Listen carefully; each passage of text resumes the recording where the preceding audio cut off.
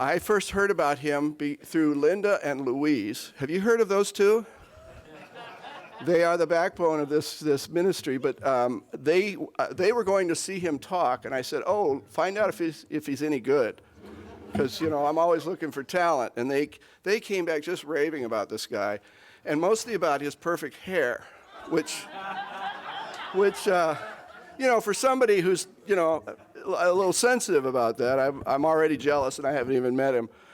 The next encounter I had with him is he called me to rave about my book. And if you want to get in my good graces, go on about my book. Anyway, I was just, but his comments were so nice.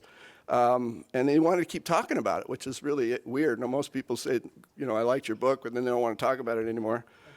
So I appreciate that, Kal. That was meaningful for me. So he's been working in the field of addiction his whole career. He's worked in a number. You'll see if you look on your Sketch app and in your materials, he's got a huge, vast experience.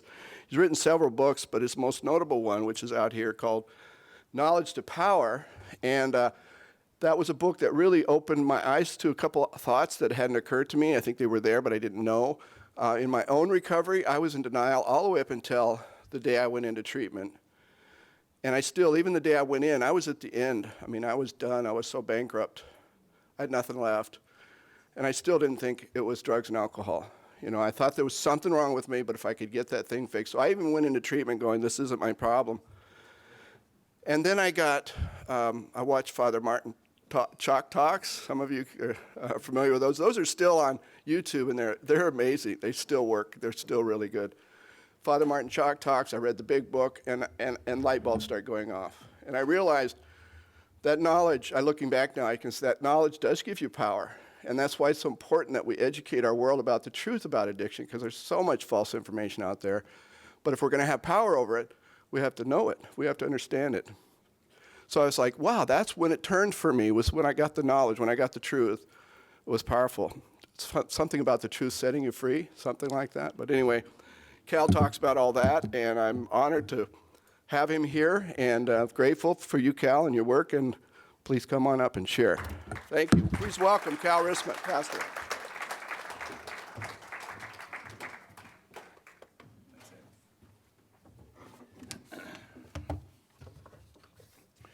Well, before I get too far into this, for those of you who are note takers, I can save you the trouble.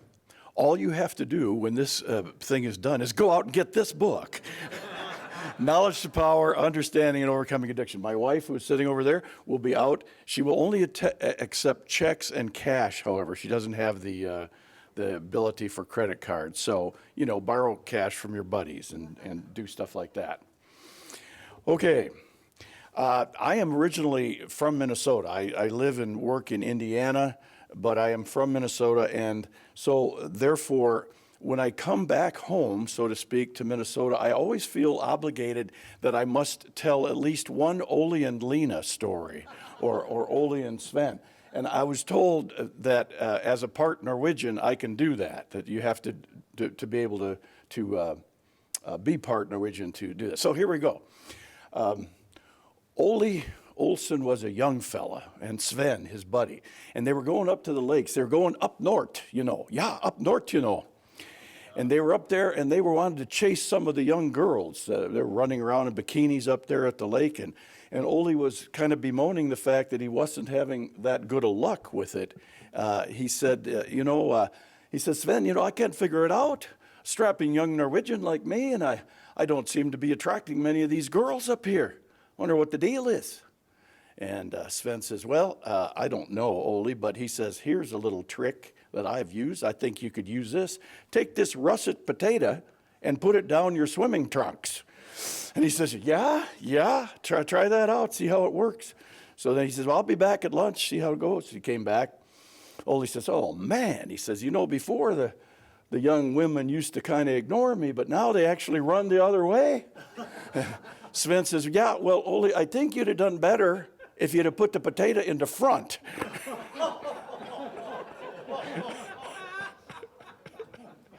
That has nothing to do with what I'm talking about. But I took the example Pastor Ed always had to tell at least one bad joke, and I thought, well, that's what you must do when you get up here. So there you go. Yeah, so I blame you, Ed. The topic we have is not exactly one of the most fun topics, guilt and shame, but it is probably, in my opinion, the most meaningful, because guilt and shame are the emotions that drive addiction. They may not cause addiction, but they drive addiction. And what happens with folks is that, particularly in America, we are looking for shortcut methods all the time to deal with things. We think about who we are as a culture. We are the people who invented everything that is quick and everything that is easy. We have instant cash, instant potatoes, instant breakfast, instant relationships, eHarmony, instant information with the internet superhighway. We have supersonic jets, microwave ovens. Everything we have is quick or easy. That's what we like. And is it not what chemicals and other addictive agents do for us to give us a shortcut method of changing the way we feel? And when I say addictive agents, I'm talking about everything: booze, drugs, prescription drugs, gambling, sex, computers, food. I want to include everything in that. So just translate that when I say addictive agents. Isn't that what they're good for? I mean, if they didn't do that, who would be interested in them? You know, so if drinking 6 Budweisers gave you the same feeling as drinking 6 glasses of tomato juice, who the heck would be interested in Budweiser?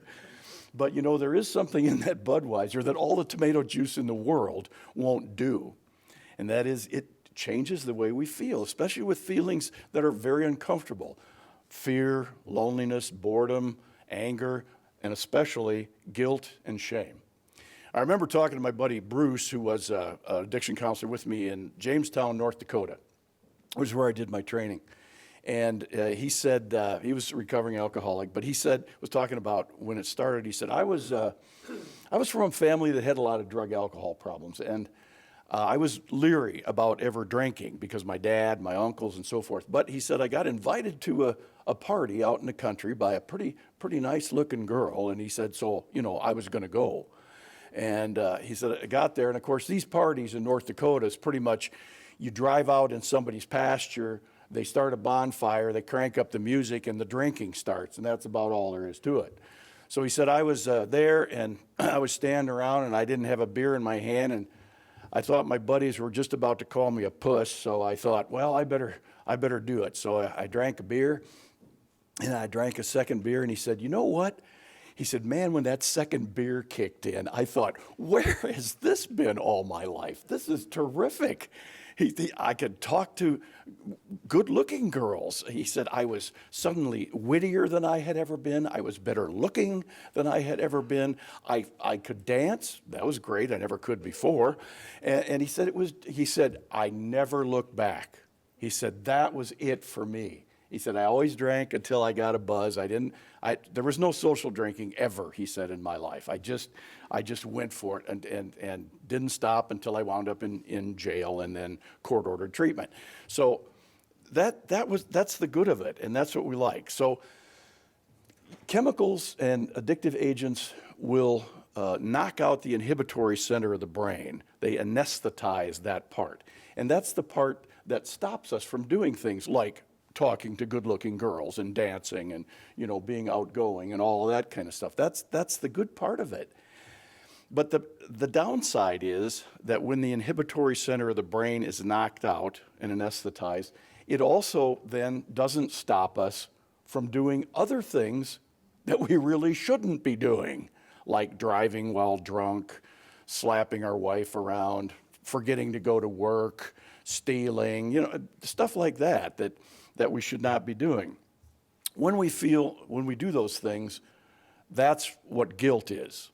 Guilt is about doing things that violate our moral standards, what we believe is right or wrong, or our values, that which we think is important, like God and family and work and honesty and so forth. We violate those things. And when we want to get rid of that guilt, then the problem comes in we know how to get rid of feelings in a hurry. We use an addictive agent. So then we use some more, and then we get rid of guilt and other feelings like shame and anger and so forth.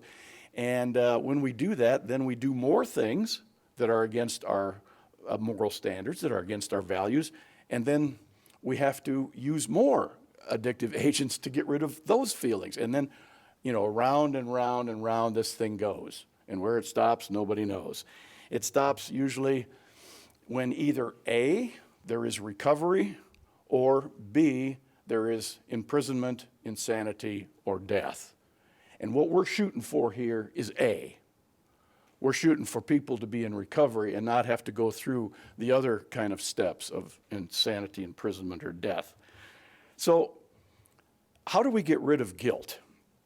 What's the cure for guilt? Well, we know in the Christian church, we know what that is. It's very simple. It's just not easy.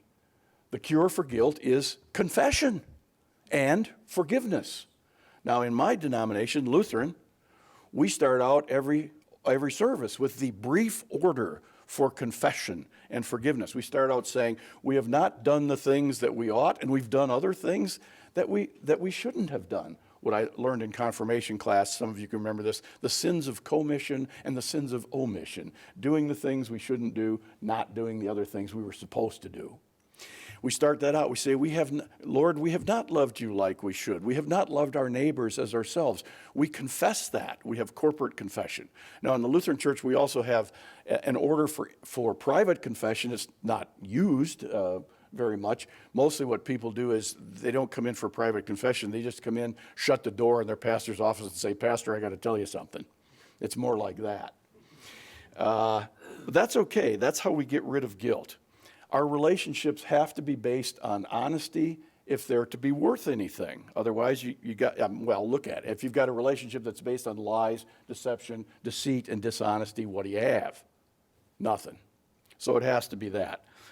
There are, fortunately, in the 12 steps of AA, there are steps that deal very specifically with guilt. And you know what they are. Steps 4 and 5. I want to talk about those just a little bit. They're important. Step 4 made a searching and fearless moral inventory of ourselves. This is where it's kind of like cumulative confession. You take everything that you've ever done that you feel bad about, you write it down. And that's not an easy thing. Even as I don't come at this from the addictive standpoint, I come at this more from the family member standpoint of things, but I had to do my own moral inventory. And it wasn't all that fun, I didn't think. But when you do that, I used to prepare people in the treatment center for this. I was the spiritual care counselor, which is a cross between addiction counselor and hospital chaplain, both of which I am. And so I would prepare people for this. And the way we would do it is this. We would have 3 different sections. There is the assets, defects, and changes. Okay, so you start out with the assets. You want to always start with that because if you start out with the defects, you'll start to think, oh my gosh, there's nothing good about me. And you throw the baby out with the bathwater. Assets, what is good about me? And this doesn't have to be earth-shaking things. It can be, I am of at least average intelligence. I know the difference between right and wrong. I have some mechanical skill. I am musically talented. I have people in my family that still love me despite the fact that I've trashed them. I know I have a sense of humor. You want to keep that. That's going to be part of humility, so you can laugh at yourself. So these are things that you want to keep. The assets section. This is what's right with me. And then you go to the defects section, which is, and this is what's wrong with me and wrong with my life. And that you subdivide into smaller pieces. You can get, probably most of you have seen these, a guide to moral inventory. You can get it through Hazelden and other places have these guides. And they sort of subdivide this so that you don't just go, in general, what's wrong with me? You break it apart a little bit so that your inventory is searching and fearless, not just skimming along over the surface. And so you break this down. Where have I been selfish and self-centered? Hooray for me and heck with the rest. Where have I used alibis and excuses for my own behavior? Where have I been dishonest and cheated and been dishonest in my thinking? Where have I had false pride? I don't make mistakes. Other people make mistakes. I'm fine, which leads to phoniness, trying to look like somebody that I'm not. Intolerance. I can't stand anybody different than me. Everybody should think like me and do like me. Impatience. I want what I want and I want it right now. Resentments and anger, sitting on that. Feelings easily hurt, oversensitivity. I tell a joke on somebody else, it's a heck of a joke. They tell the joke on me, not very stinking funny. Self-pity, poor me, pour me another drink. That's where that usually winds up. Fear, real or imagined impending doom. So you break it down into these different sections and you look and write examples of all of these things. Then the third section is the change section. How am I going to change what is wrong to make it right? And in the change section, there's a couple words that we always need to remember, and that is that it should be specific actions. It should be, here's the two words, measurable and observable actions. So you could, if you're standing right there watching, you could see yourself, you could see the other person or yourself doing something different. And you could also measure how many times they're doing that. So rather than saying, I'm going to be a lot better father now that I'm getting sober, that sounds great, but what does it mean? How could you tell if you're doing that or not? You would be better off to have something that's really small, but yet very specific than something general and vague. So if you said, I am going to tell one bedtime story every night to my children, that's pretty easy to tell. At the end of the week, how many bedtime stories did you tell? 7. Then you're doing it. None. You're not doing it. I will attend 4 AA meetings every week. At the end of the week, how many meetings you go to? 1. You're not doing it. I will get a temporary sponsor the first meeting I attend. I will pick a full-time sponsor after 6 meetings. There's specific things that you can do that are measurable and observable. And those are the things that will help you to change. Just saying, yeah, I'm going to be different. Okay. Yeah, how? When? How many times? What are you going to do? So that's step 4. And then step 5 is taking that moral inventory and sharing that. We admitted to God, to ourselves, and to another human being the exact nature of our wrongs. It's the part about the other human being that really is the sticking point. Because you could say, well, if I can just keep this between me and God, that's pretty good. He probably won't tell. But when I have to look another human being in the face and share this stuff, my fear is that they're going to put their hands over their ears and run out of the room screaming. And so in my work, I was the guy who always listened to the 5th steps, the moral inventories. And I have listened to well over 2,000 of these in my career, closer to 3,000. And so one of the things I would say is I might be the toughest guy in town to shock. You sold your 2 children for $10,000 worth of cocaine, all right? Wound up, found a 3-year-old and a tricycle in the grill of your car when you woke up the next morning. Had sex with an Angus heifer calf, right? Anything new? I could always tell when I needed a vacation to get back up to the farm in Minnesota. I'd be listening to those things and go, it doesn't even make my top 100. So when you share these things with other people, it costs you something. But the good of it is that you can feel the forgiveness. If that person sitting in the other chair if the lights are still on, the world is still turning, you just told him your worst stuff and he's going, okay, right. Well, that was pretty sick, but you got a chance to get well.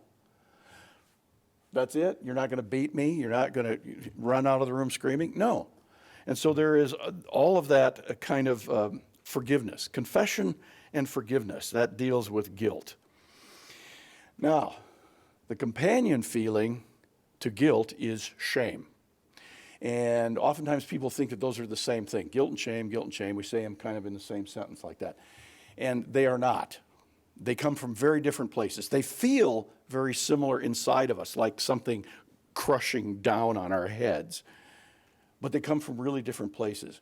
Guilt, as we said, is about what I have done. I feel bad about what I have done. I violated my moral standards and lost my values. I did something bad.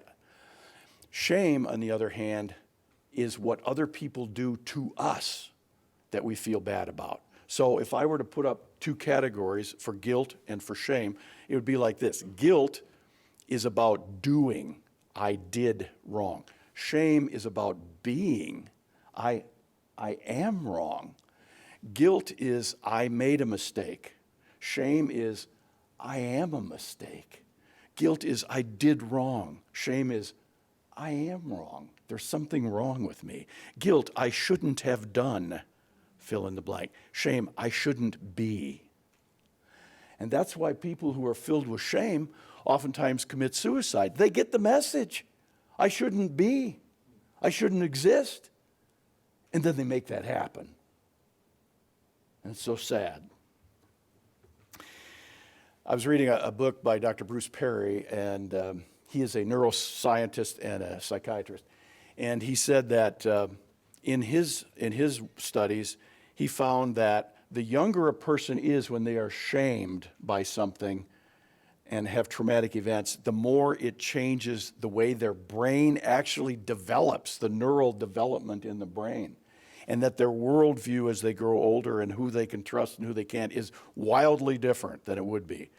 So shame issues would be things like verbal abuse and physical abuse, and especially sexual abuse, which is more shaming probably than any of them, and spiritual abuse. The flip side of that, of course, is neglect. This is what people did to me that injured me, wounded me, and this is what they didn't do with me that I needed, like nurture and care and food and, boundaries and instruction and, all kinds of good things like that. What they did do that was bad and what they didn't do that was good.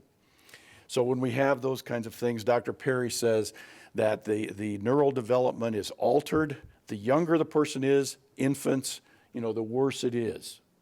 And the problem with children is that they can only see things from their own perspective. The prefrontal cortex of the brain is not developed enough to see things from somebody else's perspective.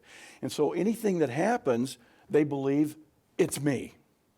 If there's tension in the home, if there's fighting in the home, the kids are going to always believe it's about me. I must be bad. If parents are fighting and yelling and cussing at each other, the children are shamed by that and believe it's them. And the pets are shamed and will go cower under the coffee table. When adults act shamelessly, children and pets are shamed. And so, an example of this is we have 8 grandsons. And when the twins were young, I was playing hide and seek indoors. It was a rainy day. And Cooper was hiding behind the big chair in the living room. His head and his torso were behind the chair, but his butt and his legs were sticking out, and I could plainly see them, But because he couldn't see me, he assumed I couldn't see him. Children cannot think of this from another person's perspective. They only have their own egocentric view of this. And that's why anything that happens, it's me. I must have been bad. I must have done it.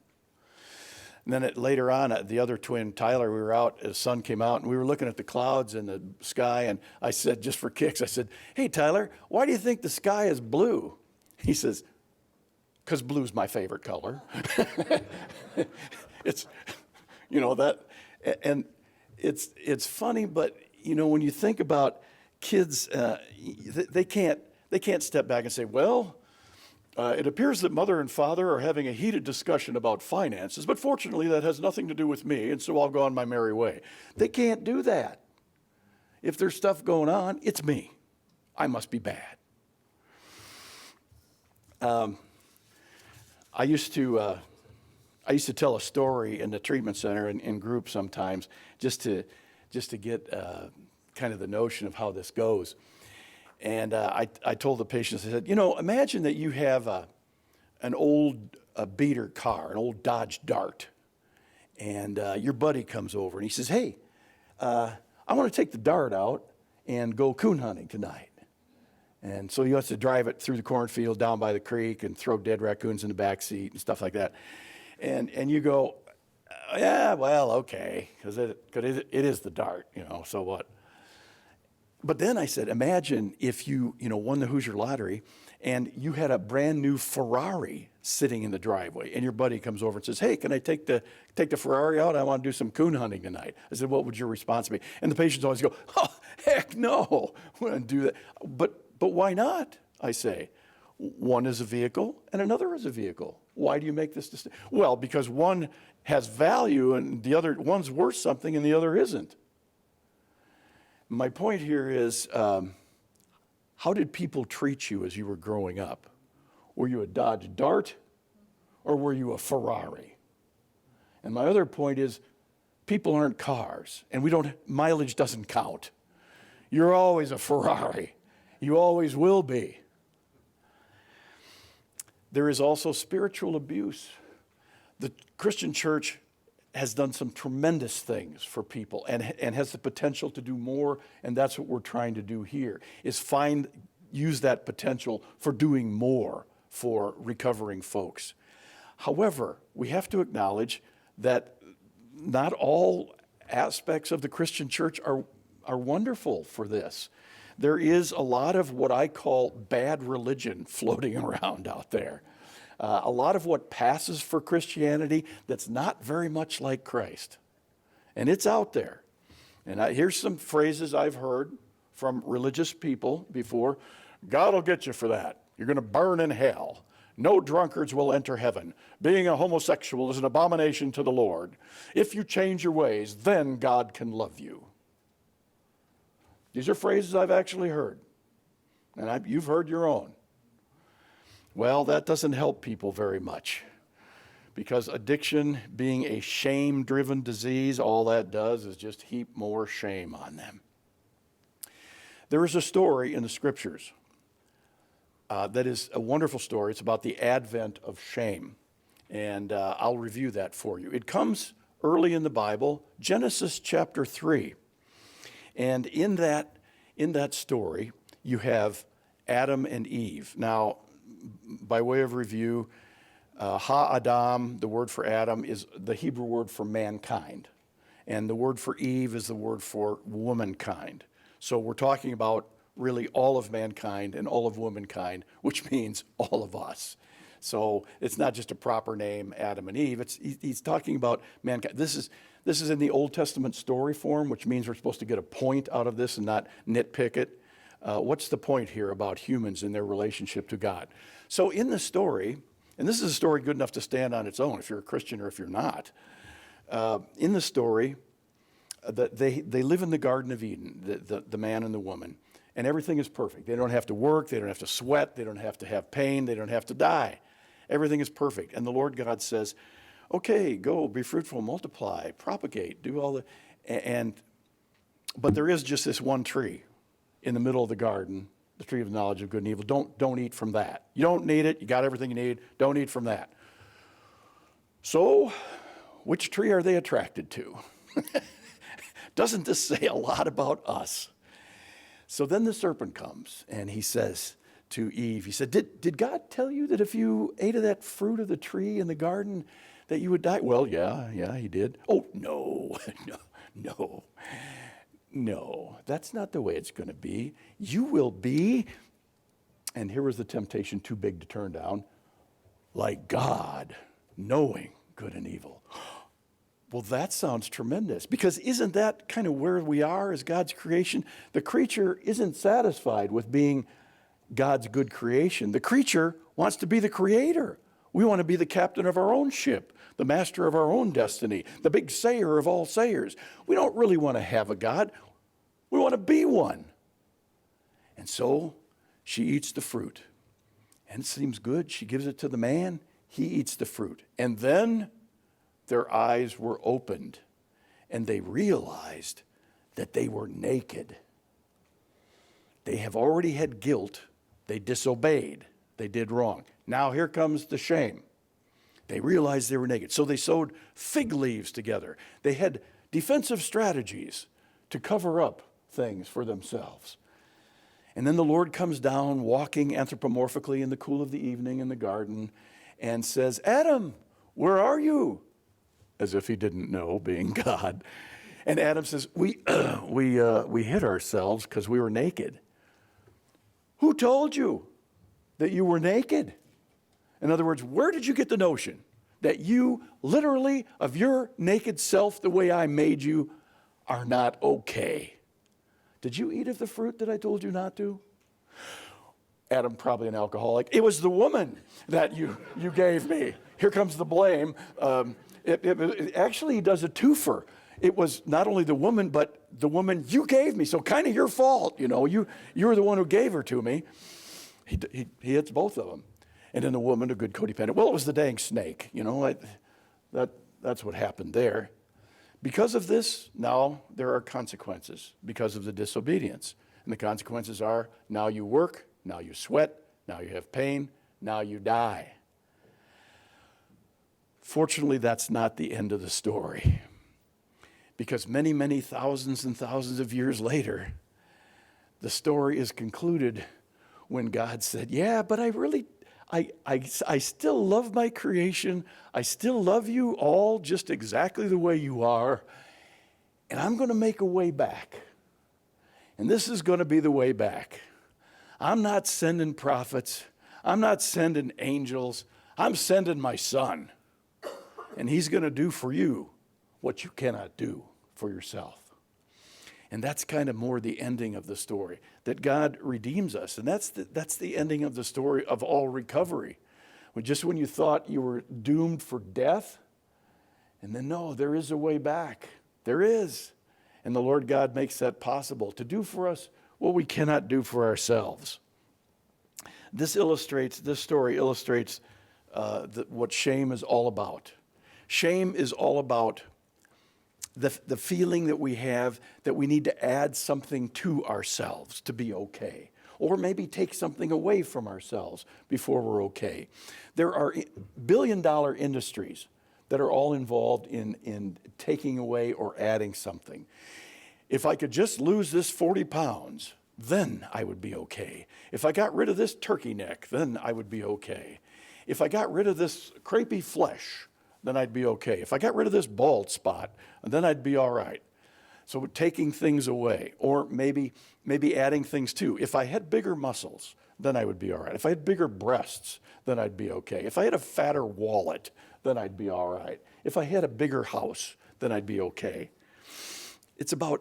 We always feel that need to either add something or take something away, and then I'll be okay. Not okay just the way I am. I'm going to say something now that it might sound kind of controversial, but I don't intend it this way. It's just an observation I have. I don't have any judgment attached to it, but I personally believe that the use of things like body piercings and tattoos and purple hair and things like that, I think that those are symbols of people trying to deal with shame. I need to be just a little bit more noticeable than I am. I need to stand. I feel like I'm kind of nothing. Shame is a sense of nothingness. I need to feel like at least I'm noticed, or I can stand out a little bit. It's just kind of an observation I have.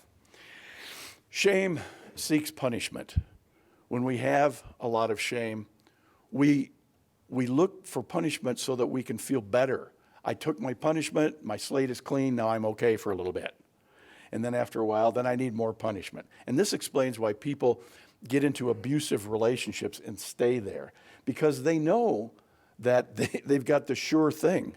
I remember a woman who came into treatment, and she was a bright, capable, intelligent young woman, hooked on cocaine, but her parents came in for family week, and they said, we can't figure it out.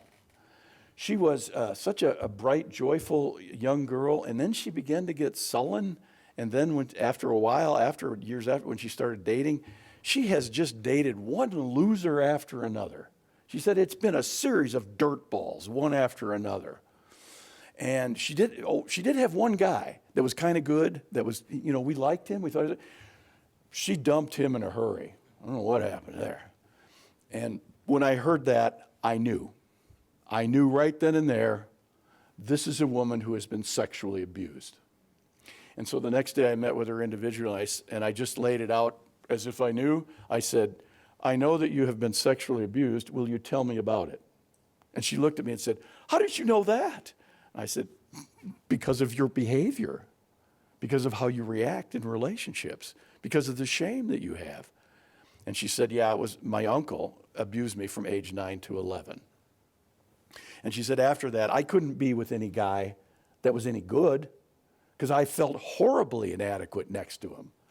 If water seeks its own level, so does booze and drugs. She said, I need to be around somebody who was more at my level in things. And so then, I could have lined 50 guys up and down the hallway, 49 of whom were relatively healthy, or as healthy as men get, and one of whom was an outlaw, and give her 10 minutes to walk up and down the line. Guess who she'd go home with? The outlaw, of course, because he would meet her shame needs of punishment.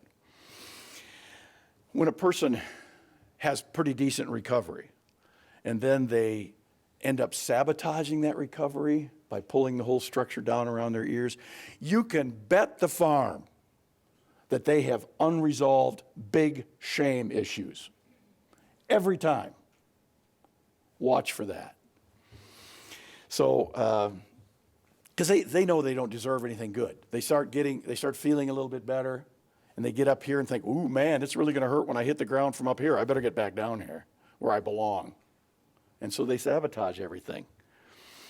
What is the cure for shame? We said the cure for guilt is confession and forgiveness.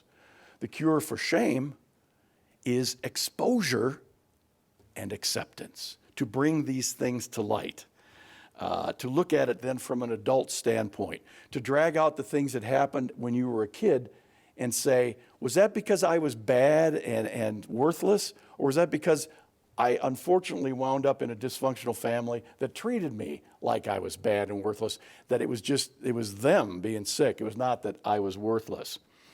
So I would say that shame is kind of like mushrooms.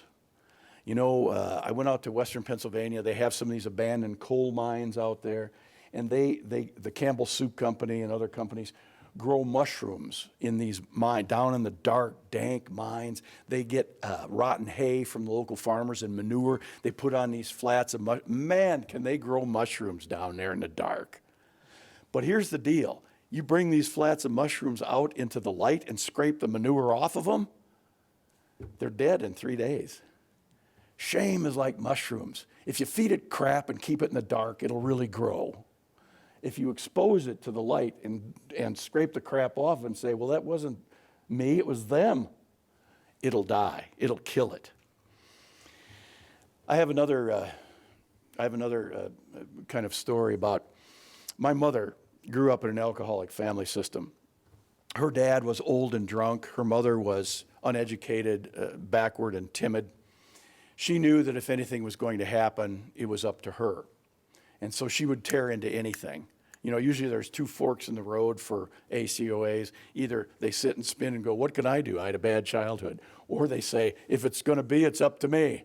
And they go at it like they mean it. My mother took the second fork in the road. She could do anything and do it in a hurry. But she learned how to sew clothes because she didn't want to look Dutchy, which meant out of fashion, out of style. And she wanted to make sure her children didn't feel Dutchy. So she had us dressed in style. But the problem was the style was for New York City, and we lived on a beef farm 5 miles from nowhere. Style was wearing new work shoes and blue jeans where I was. So that didn't really help our shame issues all that much. But my mother was also somebody who, she tried to deal with some of her shame issues through both perfectionism and workaholism. And she did things fast, she did a lot of them, and she did them right. And if you wanted something done, you asked Lois Rissman, and it was done right. But she paid a big price for that. Now, she worked on these issues in her life and got somewhat better. But still, even at the end of her life, my sister and I went up to visit her. She had cancer and congestive heart failure. All she could do was pretty much sit on the couch. So we went up there to spend a little time with her before she died.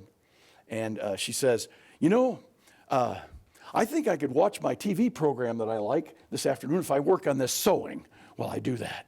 And my sister said, you know what, Mom? You could probably watch your TV program you like even without working on any sewing.